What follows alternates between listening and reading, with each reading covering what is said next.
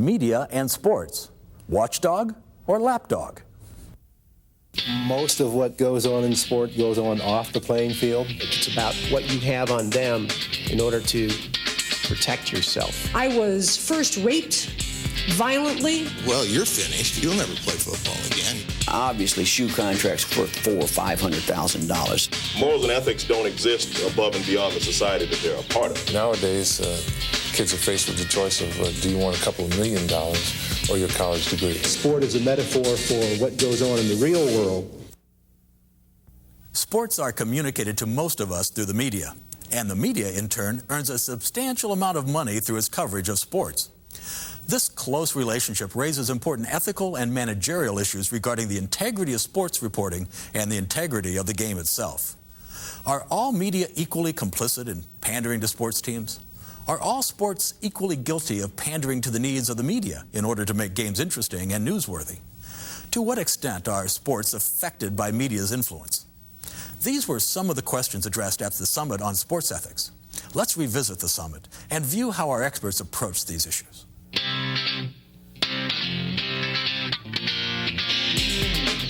I found, and I had the advantage of working at Sports Illustrated, so I would travel nationally. And the difference between the Eastern press and, say, the Nebraska press is night and day. Yeah. I don't think anybody ever sat at the New York News, for example, and said, you know, we really got to boost baseball because that sells papers. I think on the contrary, the idea was, let's do 8 more articles on how the team sucks and fire the manager because that's going to get readers even better. So I think there's much more confidence and sophistication in those kind of cities. I will tell a story about your namesake, though. When I went down to Alabama one time, God, did I make a mistake. And this was in the last year of the Bears' reign. And he was an old man. And nobody in the state of Alabama had dared write that. It was as if he was 35 years old and was doing handsprings every day. And he himself was very honest about it. And he told me, I don't coach anymore. I've just got some good assistants. They were just propping him up so he could win the, set the record. And he had a particular problem, like a lot of old men, which is he had to go to the bathroom all the time. He couldn't go 10 minutes without taking a And this had been, nobody had said, and he laughed about it himself, joked about it. You're not related to him, are you, Jennings? No, okay. And so I wrote this, and I mean, there was an absolute firestorm that I faced. My 10,000 names on a petition to get me fired, written on toilet paper, which is very appropriate under the circumstances. And I'll never forget a letter from a Methodist minister, very pithy and to the point. And it said, and he had his on his such and such church. Dear Mr. DeFord, whenever your parents would like to get married, I would be delighted to perform this. In talking about the role of ABC television production and their sportscasting team, Cassell said, we make sports entertaining. We make sports entertaining. How humble, Howard. Of course, in making sports entertaining, television and radio and newspapers and news magazines and the internet also reshape fans' cultural perspectives. It's not so much my concerns about what Frank was talking about how media change the game. It's how they change fans' perceptions of the game and the game within that I'm concerned about. And certainly they indelibly do alter our games in some very meaningful ways. How do media make sports entertaining? Well, let's start with sports journalism and commentary. To illustrate the entertainment value of sports journalism and commentary, let me just note that on many a Wednesday morning, I've sat outside my office waiting to go in the building until Frank DeFord's commentary on NPR is finished. Why? Not because, I already know what went on in the games. I watched the games. I've read the newspapers and that. So that's not the reason I'm listening to his commentary. I'm listening to his commentary because he gives the games context. He adds the personality. He probes the cultural meaning of the events. He adds an assessment of the impact of what went on in the world of sport. And in doing so, he makes me muse. He makes me laugh. He occasionally even makes me shed a tear. And that's a part of that game within the game, of getting the deeper meaning of what the sports is all about in society. That's value-added entertainment. But most of my research over the years has focused not on sports journalism, but it's focused on the television, sportscasting, and production. So let's go there for a few minutes. One of the things that sportscasters and color commentators do is make sports more dramatic. How? Let me offer a couple of examples. In 1975, my associates and I content analyzed every sentence of coverage and commentary in several NFL telecasts. Talk about something that's really boring, you can take sports and make it unentertaining. Back in those days, all that meant was ABC, CBS, and NBC. So how things have changed in those 20 years plus. We found that 27% of the statements made by the various announcing teams appeared to be designed not to describe action on the field, but instead to add drama to the games. We isolated 24 different dramatic motifs used by the sportscasters, the team, in order to report on and add to, embellish the drama of the game. That turned out to be an average of 251 sentences per game. So, Bill Curry, you back there see all of this kind of sentence structure that goes on. You also see what people in academia do to waste their time. That's a game within a game. That's creating or embellishing drama. Interestingly, we repeated that study in 1995, 20 years later, and we found that in 1995, 33% of the statements used by the team was designed or appeared to be designed to embellish play with the human drama of athletic competition, to borrow a quote. That amounts to an average of more than 300 sentences per game designed to, thank you, Howard, make professional football entertaining. Well, does this sort of attempt at dramatization matter? Does this game within the game make a difference? During the past 2 decades, we've conducted a dozen different social scientific experiments and field experiments to answer such questions. Many aspects of dramatic commentary, such as emphasizing hatred between players, stressing the human struggle within the athletic contest, focusing on the violence, lingering on the jubilation of a proud mom or the anguish of defeated coach, have been found to alter spectators' perceptions of play. That is, this has been found to change how fans see the game, to alter reality, so to speak, to help determine how enthusiastic fans are about the game, to build suspense, to materially affect enjoyment of play. And these are just the potentially positive aspects of sports dramatization by the media. The second game behind the game is closely related to making sports entertaining. By capitalizing on the potential to make of sports entertainment, one of the roles, of course, is to deliver highly desirable audiences to advertisers. And clearly that's selling the audience. And, of course, also increasingly to sell highly desirable programming to direct satellite systems and cable systems and things like that as well. In order to do this, a very sophisticated game behind the game has been invented. And that game is sports programming, sports marketing, and sports promotion. We could spend an entire session of talking about sports programming and promotion, but instead let me just read one paragraph from today's USA Today. The lead paragraph is called Return of NFL Lights a Fire at CBS. The words in praise for CBS's upcoming NFL coverage could have filled a promotional brochure Wednesday. No more Sunday afternoon movies. No more Sunday afternoon figure skating. Those kind of comments. The NFL will add male viewers and make us younger. CBS has the oldest demographics, et cetera, et cetera, et cetera. So this is also a part of that game behind the game, which is a great deal of affecting the nature of sports. The third game behind the game is also related to entertainment media, but it's very different from the mass-mediated type of reality that we've been discussing. This third game is devoted to determining how to effectively utilize media tools within our stadia and arenas to make our games into sporting events and sports happenings for the fans in the skyboxes and the stands.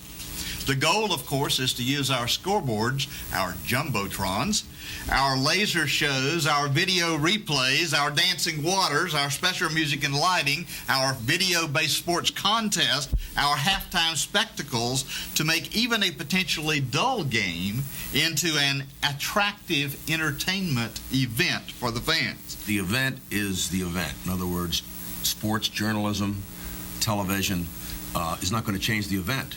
What effect do the media have on the event? You get a good pitcher, you get a good running back, you get a good center, whatever it might be. It's the game on the field that's going to carry. And I really think that it's overstated down through the years, and we talked about this morning as a group, about what amounts to journalism, media-wise, and journalism from a television standpoint. And Howard Cosell and others notwithstanding, an event stands out there on itself, and whether the event is being done by Howard Cosell in 1970 or John Madden in 1998, if it's a good event, people are going to watch it. They're going to watch it in the stands, they're going to go there, and they're going to watch on television.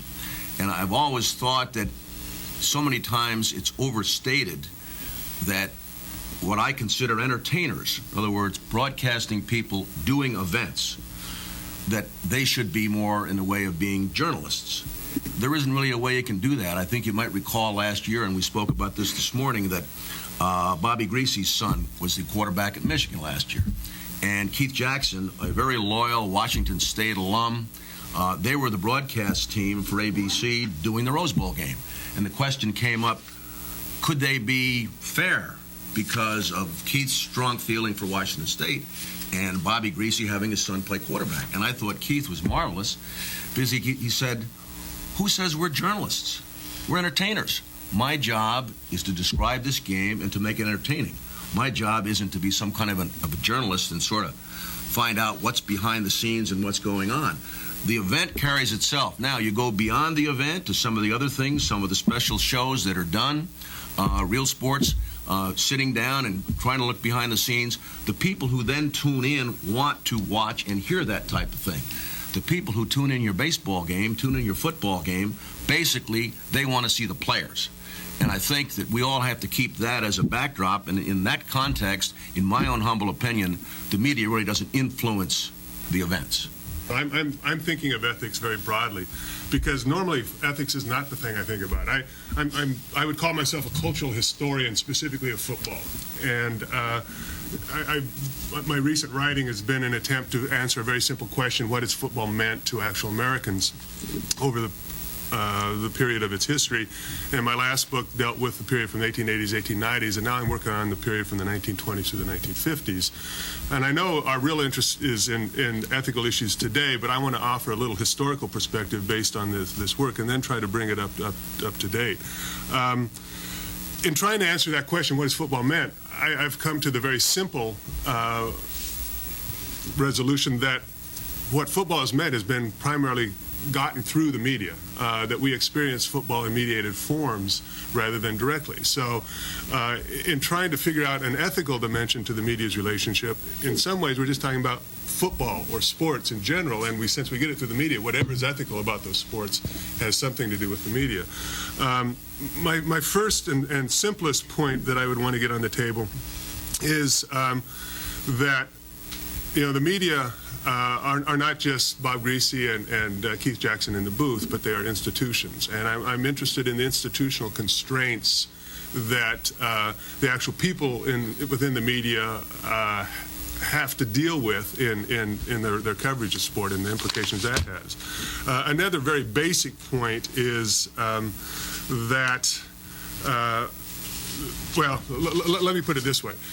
I'm going to be talking about football, but I think there's probably parallel statements to be made about other sports. The problems that we have in college football today, for example, have been around since at least the 1890s. And it seems to me that they derive from a very simple but fundamental problem. And that is that in the 1890s, college football became not just an extracurricular activity at a handful of Northeastern universities, but became a great public spectacle. And it happened because of the media. The media at that time was the daily press, particularly in New York when Joseph Pulitzer and William Randolph Hearst were creating the modern newspaper. What this meant for the colleges was that they were striking a Faustian bargain that they're still struggling with. The reason why colleges embraced the media coverage of the sports was because they were at a period when they were trying to expand, and promotion of the university through the football team, even back in the 1890s, was a tremendously powerful thing. But what they lost by having their game, sort of be taken from the campuses and made part of the public consciousness and popularity and so on, was control, okay? Because the fans wanted the games, and the administrators might want, the sport to be governed by certain, campus-based rules, but public takes it over in certain ways. Okay, so that's the problem that the college athletics have been facing ever since. There's a reciprocal ethical dilemma for the media, though, it seems to me, and that is the reason why the media seized on football and other sports was because they quickly perceived that there was a tremendous interest out there ready to be awakened in these sports. And the modern newspaper as we know it really grew and developed to a considerable degree through its sports pages. It's fascinating to read the history of the media because nobody really wants to talk about the sports section very much. Or in radio, they don't want to talk about, the sports broadcasts because that's the frivolous stuff. The news is the important thing. But the fact is, people were buying papers even back in the 20s for the sports section. They started doing some polling back then, and that's what people were buying it for. So the media, and we're talking about the press initially, then radio, newsreels, and then ultimately television. All the major media of our century have immediately embraced sports as a way of promoting themselves. And once you do that, then the dilemma for the media, it seems to me, is if you're dependent on the popularity of the sports for people to continue to buy your papers and turn on the radio and turn on the TV and so on, then you have a very powerful institutional constraint in terms of how critical you can be of the sports you cover.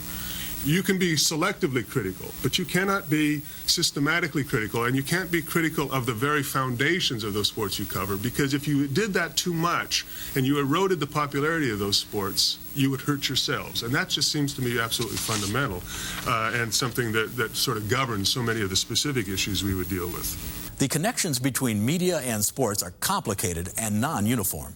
Simple answers are inadequate to represent the many varieties of relationships which exist among media properties and sports activities. Frank DeFore distinguished how different media, such as newspapers and television, have different roles in sports coverage, and how within certain media, such as newspapers, the sports coverage may differ significantly between small town and big city, and between Northeastern newspapers and Midwestern newspapers. Dr. Jennings Bryant noted how there are three significant areas where the media are employed in the sports experience. These are, first, making sports entertaining and shaping the fan's cultural perspective during the event on radio or television. Second, the media delivers a highly desirable audience to the advertisers. And thirdly, the media are utilized to create an entertaining experience at the sporting venue itself to ensure attendance and revenues. Val Pinchbeck, Senior Vice President of Broadcasting and Network Television for the National Football League, maintained that the media's influence is overblown, and all that really matters is the game on the field. Professor Oriard presented an historical case which tracks the growth and success of the media with the growth and success of sports, such as football. He characterized the way that sports and media are intertwined, and in the case of college football, called it a Faustian bargain that still has enormous consequences for the way that colleges and the media relate. With all the money now associated with sports and all the money in media advertising, there are many ways that sports and the media have conflicting interests. But more disturbing are the cases where the interests of team owners and the interests of the media are joined together. In these areas, such as their mutual interest in preserving the success and popularity of sport, we find that the media may not be as vigilant a watchdog as they might be in other areas.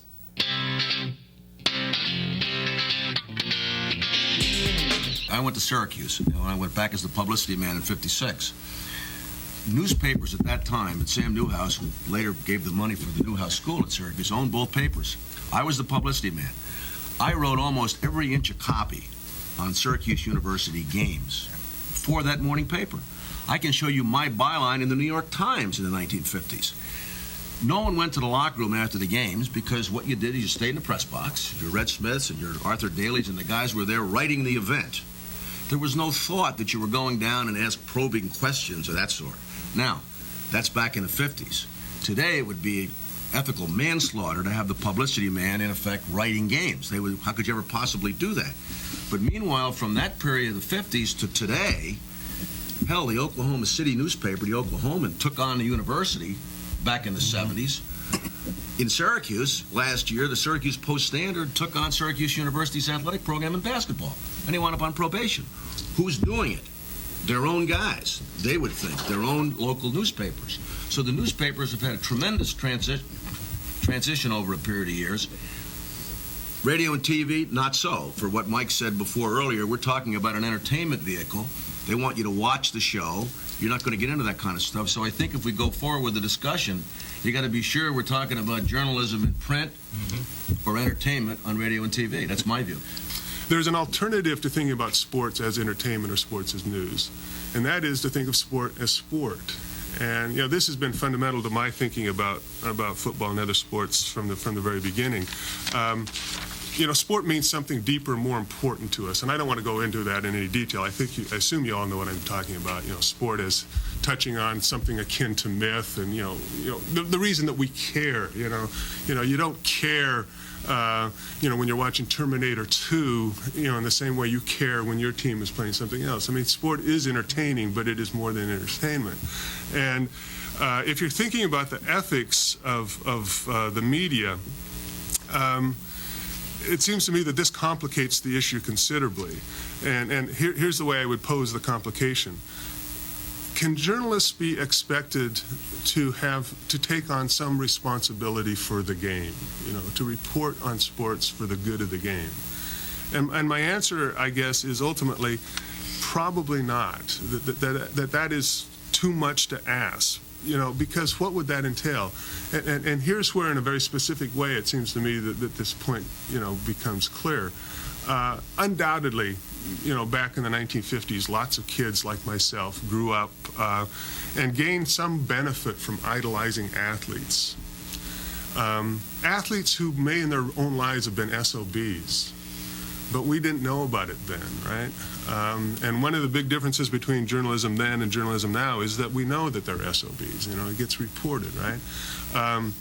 Now, in a funny way, the irresponsible journalism of the day served a useful function in providing heroes for little boys, and the journalist today who has to weigh whether or not to report on, the obnoxious behavior, the sleazy behavior of some athlete, I don't think we can ask them to weigh the good of the game and its place in the culture, against their own professional ethics, their disciplines, their profession has its own ethics and so on. But, the good of the game is in fact part of this whole mix, and if we're thinking about the ethics of sport, that really does complicate this whole matter in a lot of ways. The values, rights, and responsibilities of media and of sports management organizations combine to create a maze of moral concerns for all of society. Val Pinchbeck shared how the responsibilities of media spokespeople have changed over time and how what was normal in the past would be highly unethical today. Frank DeFord shows that the appearance of conflict does not necessitate the reality of unethical behavior.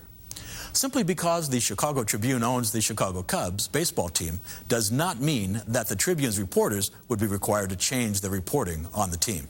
Professor Michael Oriard identified unintended moral consequences of both sports organizations and the news media. Do the ethical responsibilities of the news media extend to the consequences of their news stories? The media and sports organizations both face many decisions. The money continues to increase for both the media and sports organizations, as do the mutual benefits from cooperation. These benefits may come into conflict with each organization's responsibilities for integrity, whether in media or sport. How these conflicts will be analyzed and managed will determine the future of the games in our society.